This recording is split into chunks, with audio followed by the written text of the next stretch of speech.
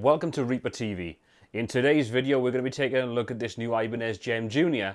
We're going to take a look at the build quality, we're going to have a listen to some of the sounds, and I'm going to give you some of my feedback on what I think of this particular guitar.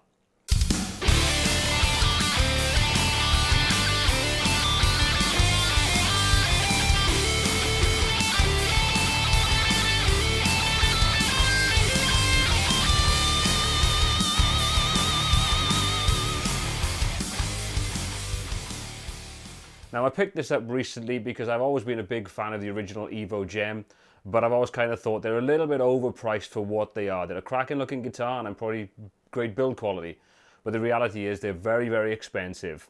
So when they brought this out this year at the new NAMM show, I kind of thought I definitely want to get my hands on one of these to see what I think of it. Now when I looked on YouTube, there were a couple of reviews, but nothing really that in-depth, and not really many reviews at all for a guitar that I can imagine is going to be a modder's delight. It ships with the Ibanez own pickups. They're very much modelled on the Evos by Steve Vai, but obviously they're a cut down version of it. And we've also got the Ibanez Floyd Rose on there, which to all intents and purposes isn't too bad. It keeps tune fairly well, but it's not going to be as good as a genuine Floyd.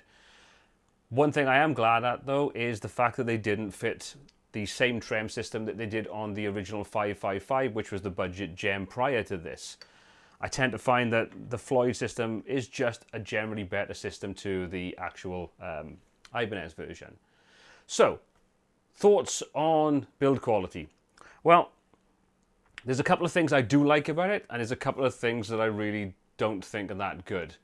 Firstly, I'm quite surprised at how good the fret edging is. It's actually pretty nice. There's no sharp edges on this particular model. There's nice rounded off edges, to be honest, and for the price point, that's quite a surprise.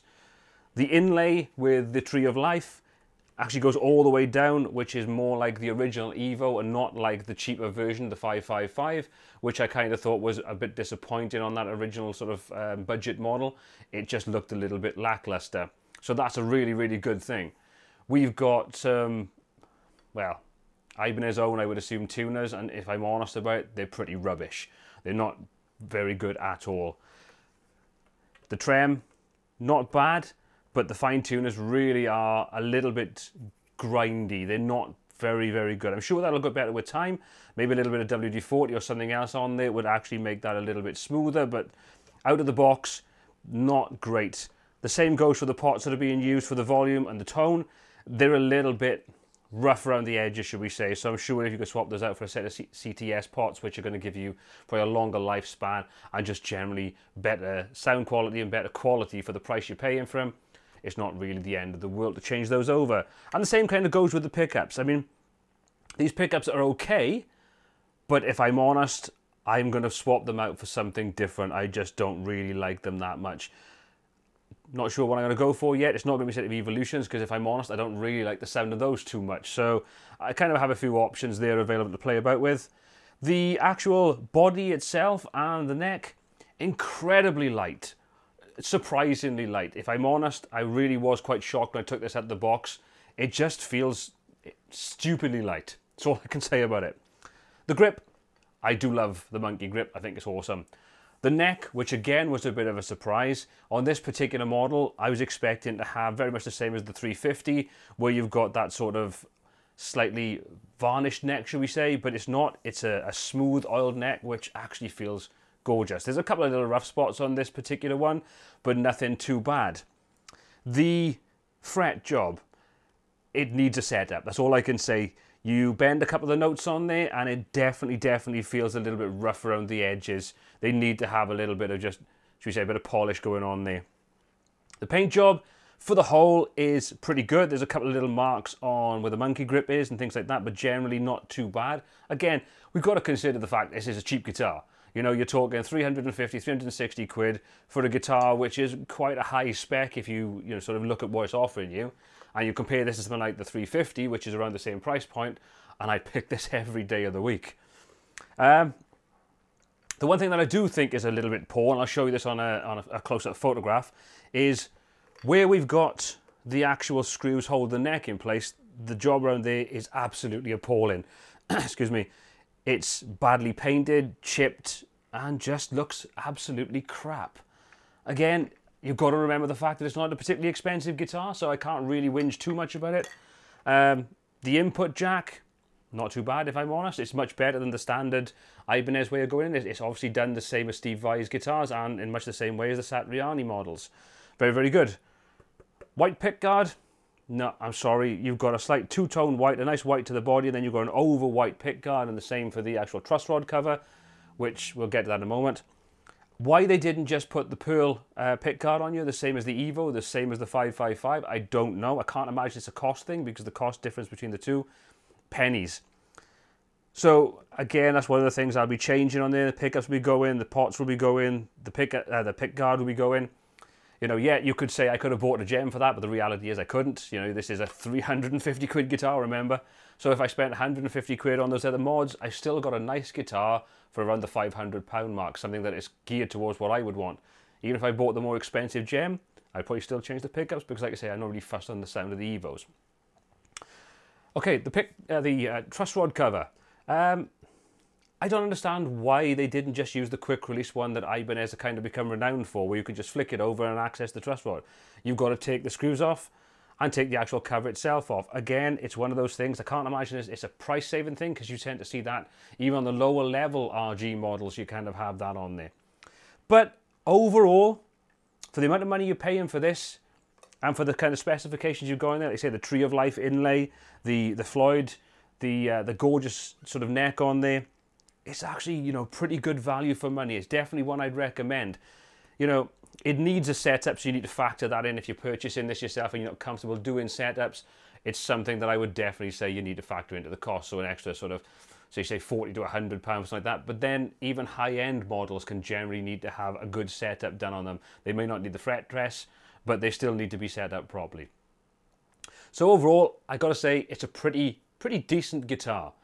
It's not going to make any sort of prestige or premium models, you know, start to quake in their virtual boots. But if you are on a budget and you want a gem-like guitar and you don't mind living with those deficiencies, or you're quite happy to actually upgrade some of those facilities, I definitely recommend it. It's a stupidly cheap guitar. So what I'm going to do now is I'm just going to run through and play like a few little bits and pieces, just so you can kind of get an idea for the sounds on you. Now for me, I don't really like middle pickups, so I've dropped that right the way out, so you're not going to get any sound from that. And while I'm on the subject, let me just quickly go through what the 5-way toggle switch does. Its first position, it gives you the full bridge humbucker. Its second position, it gives you the part humbucker and the single coil in the center. Middle position is single coil in the center only. Next position up is going to be the single coil and the first part of the neck humbucker. And then right the way up, and you gain just the humbucker on its own. So you've got some versatile tones on there. No coil taps, nothing like that on you. It's a pretty simple and straightforward layout. So all in all, like I say, pretty good value for the money with its few deficiencies, and it's a little bit rough around the edges. Great gigging guitar, should we say. So I'm going to go and show you a couple of sounds on you now and show you what it kind of plays like. And yeah, I mean, check it out. If you've got a chance to go to your local guitar shop and try one of these out, I'd highly recommend it. It's great for modding. It's got some really good sort of potential there for that. Anyway, that's enough of me talking. Let's do a little bit of playing and show you what it sounds like.